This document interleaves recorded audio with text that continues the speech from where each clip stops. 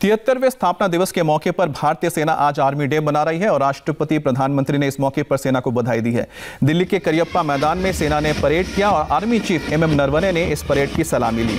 इस मौके पर सेना ने अस्त्र शस्त्र के साथ अपनी शक्ति का प्रदर्शन किया।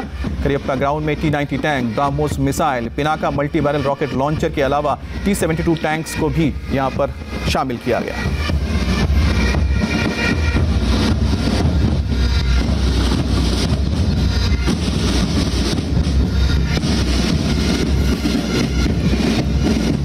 आर्मी डे की परेड में सबसे ज्यादा ध्यान किसी ने अगर खींचा तो है सेना का ड्रोन दस्ता।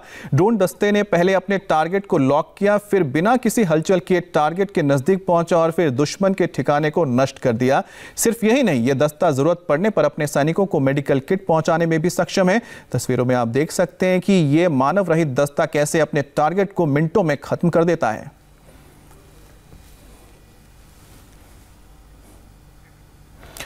यह है आर्मी का ड्रोन दस्ता। इस दस्ते की यह खासियत है कि बिना दुश्मन की नजर में आए यह किसी भी टारगेट को नष्ट कर सकता है। आर्मी डे के मौके पर सेनाध्यक्ष जनरल एमएम नरवणे ने पाकिस्तान और चीन को दो टूक चेतावनी दी है। आर्मी चीफ ने कहा है कि पाकिस्तान आतंकियों को पनाह देने की आदत से मजबूर है और साथ ही चीन को भी आर्मी चीफ ने चेतावनी दी है। And now, ladies and 12.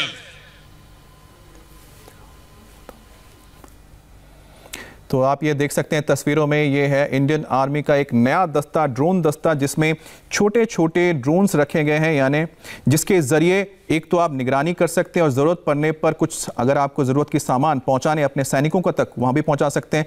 आप उदाहरण के लिए समझिए कि जैसे लद्दाख का इलाका है जहां पर इस वक्त हमारे सैनिक मौजूद है, ऊंचाई है, बहुत ऊंची ऊंची पहाड़ियां हैं, वहां पर आपको खुद जाने की जरूरत नहीं है। ड्रोन के जरिए आप LAC पर नजर रख सकते हैं। और आर्मी चीफ ने क्या कहा है इस दौरान आपको बताते हैं। नियंत्रण रेखा पर भी दुश्मन के हर नापाक इरादे का करारा जवाब दिया जा रहा है।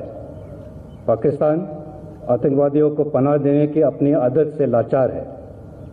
सीमा पर प्रशासन शिविरों में तकरीबन 300 से 400 आतंकवादी घुसपैठ करने की फिराक में बैठे हैं।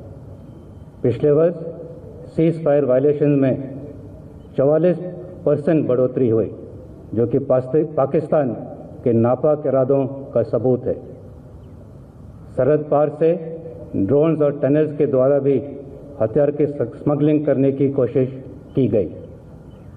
नियंत्रण रेखा पर हमारे सक्रिय ऑपरेशन और मजबूत काउंटर इन्फिल्ट्रेशन ग्रिड से न केवल को दुश्मन को भारी नुकसान हुआ, बल्कि घुसपैठ की अनेक कोशिशों को नाकाम कर दिया गया।